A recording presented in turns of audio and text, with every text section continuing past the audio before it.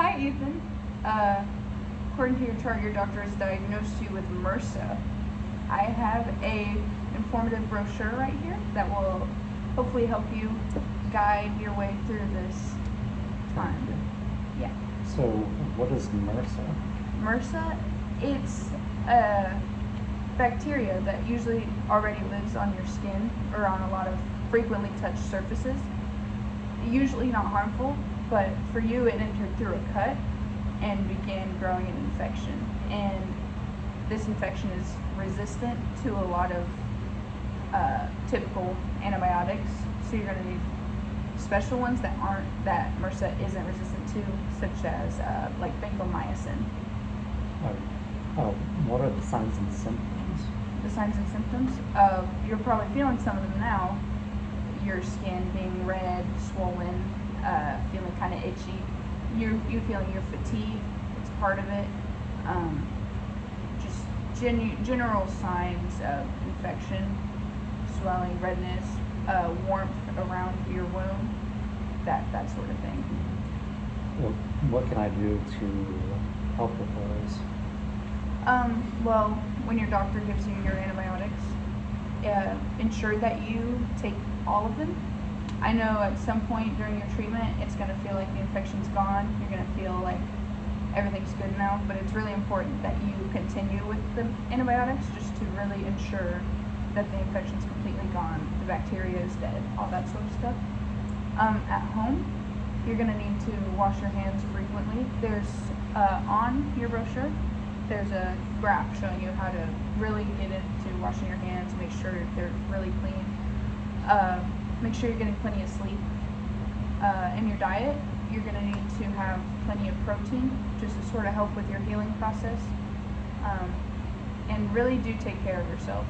Part of your body fighting infection is just making sure that you are taking care of yourself in an appropriate way. Okay. And so I know they did a nasal swab, but how else are they diagnosing that? For you, they also drew some of your blood.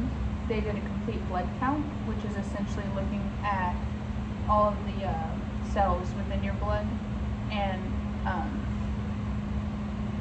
counting essentially how much white blood cells you have to sort of see if your body's actively fighting an infection, which is the way that they did that for you, which is counting your white blood cells and noting that they were higher, so you are showing signs of an infection. Aside from that, it's the nasal swab that they also did for you. So outside of like hygiene and getting proper sleep and dietary measures, is there anything I can do to help relieve the symptoms? To relieve the symptoms? Absolutely. You can take Tylenol over the counter to help with any sort of pain or headaches you might get from the infection. Aside from that, it's really mostly just keeping up with yourself, getting proper sleep, all those sorts of things. Okay. So what about like shaving? Shaving? Okay, that's a really good question. You want to avoid sharing things with other people, especially razors. You want to have your own, because if a little blood on you or someone else, it can help spread that infection. Just use your own razor. Don't share that with people. Don't share utensils or anything.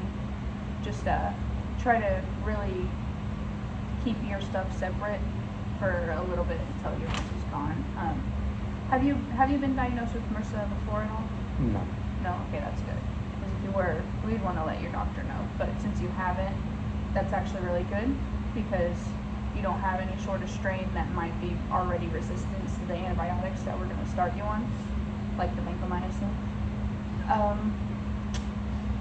Make sure you're wiping down surfaces, stuff like that, especially like shopping carts at the store, tables, handrails, whatever it is that you might have at your house.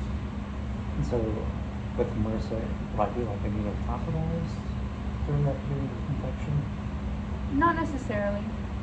I mean, yeah, your immune system is fighting harder, but you're not You don't have to like completely separate yourself from everybody. You do have an infection and you want to prevent spreading it any way you can, but it's not airborne. It can only infect other people if they also have cuts or wounds on them and it gets in there. So you're not, gonna have to isolate yourself in any way. And so after all this is done, should I get like a new toothbrush and Oh, other hygiene? absolutely, yes. That's very good. That's a very good question. Absolutely. Anything that goes in your mouth or inside of your body in any sort of way, I would definitely replace, just to really ensure that that infection isn't coming back or re-entering you in any way. And so should I like wear a mask or No, gloves? you don't have to wear a mask. Like I said, it's not really airborne in any way. It's already kind of everywhere. It's a very common bacteria that's on most surfaces, especially frequently touched ones. It's up to you if you want to wear gloves. You don't have to. If you have a wound or anything on your hand, it wouldn't hurt. Definitely wouldn't hurt, but it's not a requirement. If it makes you feel more comfortable, then you definitely can. Okay. I think that's it. That's all you have? All right. Well, thank you, Ethan. Thank Make you. sure to refer to that. If you have any questions, feel free to call our office and we can help you out with that. All right. All right. Thank you. Thank you.